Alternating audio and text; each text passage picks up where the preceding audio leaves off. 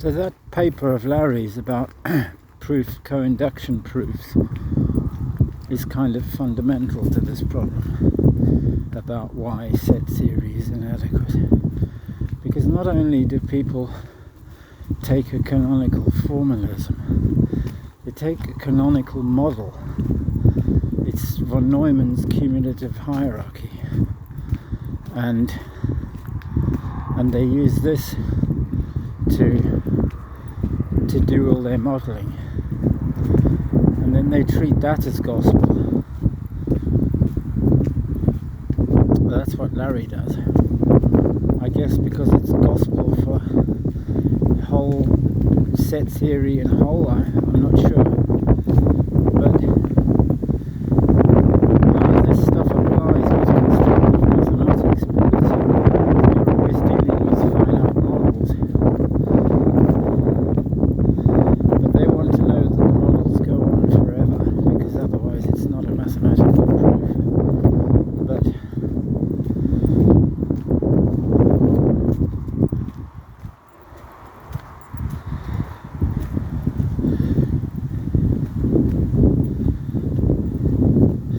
But those no-go theorems are all characterized by Lawvere's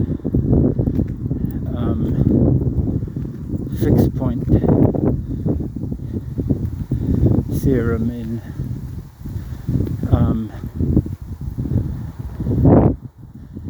is that based on a Cartesian closed category?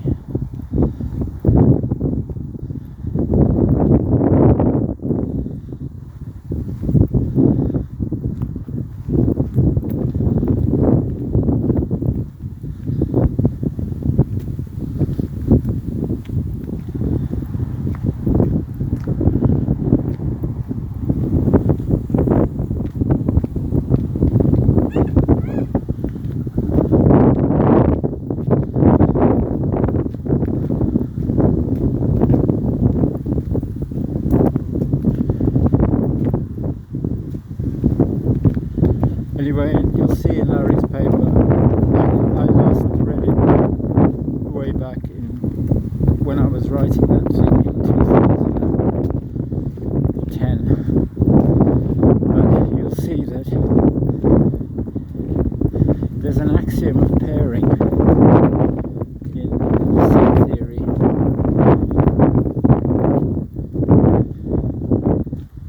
and you'll see Larry's argument, which is based on this one rule.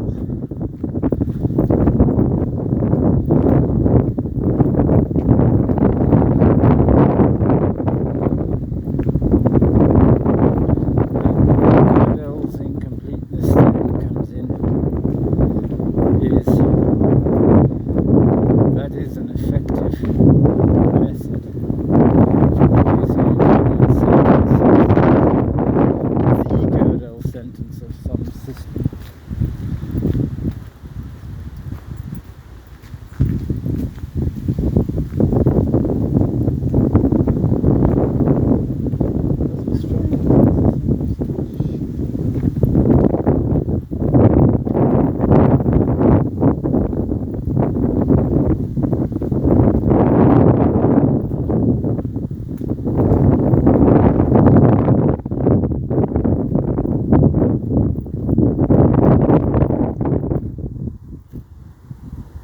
It's not a noise swans make, is it?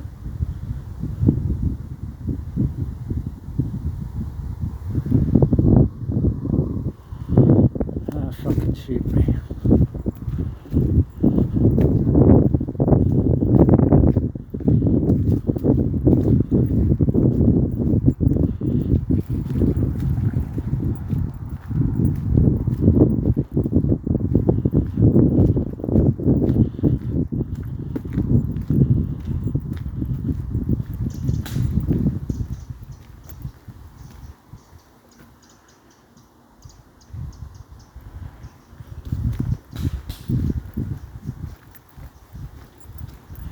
Don't know what it is.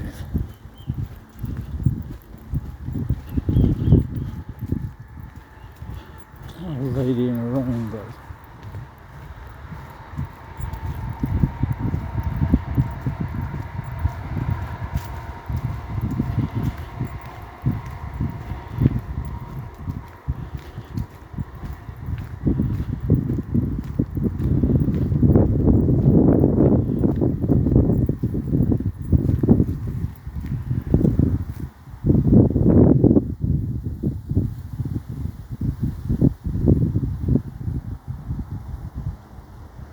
Don't get shot.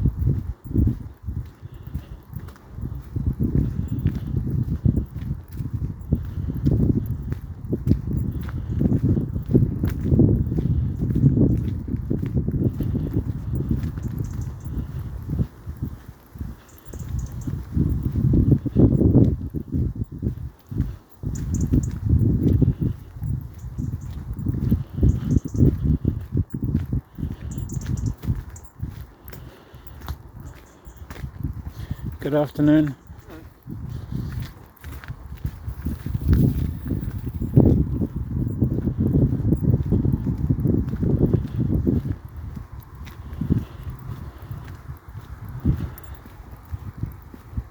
Anyway, so Larry dug up a definition of pairs that isn't Wiener-Kuratowski, which are fucking incomprehensible anyway. It's one of Quine's, where he was able to, I think he uses,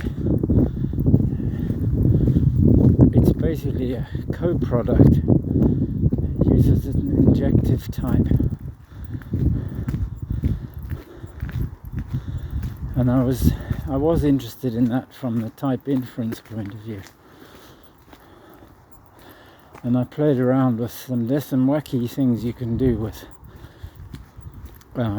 pair types in standard ML.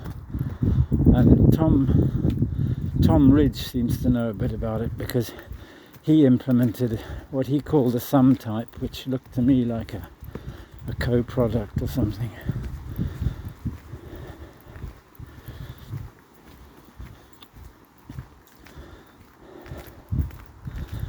And he used it to, I'm not sure why he needed it. It was to pass parsers around the place. And you just got one type of object and you could call it up, and it was very category theoretic. You had these unit functions. A unit function is a function from the unit type, which has only one value, to something else. So it's like an embedding.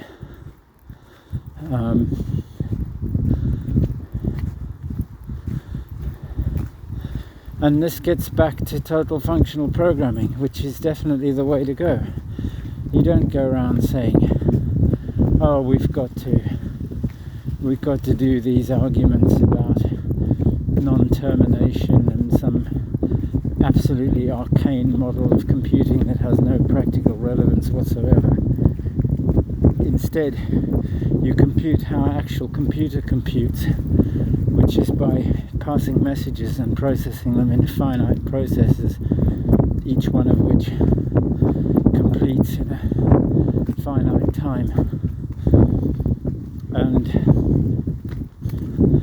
And then the issue is deadlock. And that's what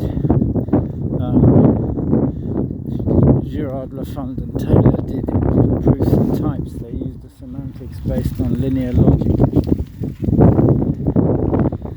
which proves that the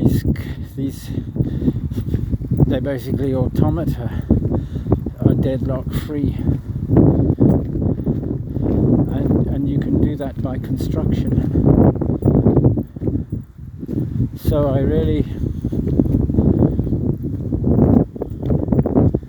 there's no problem with computing, there's no problem with constructive mathematics. There are problems if your idea of mathematics is to take some construction, elaborate it, and then try to prove facts about it before you've actually understood what it actually is, and you're lost in an absolute mire of possibilities. And if that's your idea of fun, well, go for it. At the moment, that's all you're going to get funding for.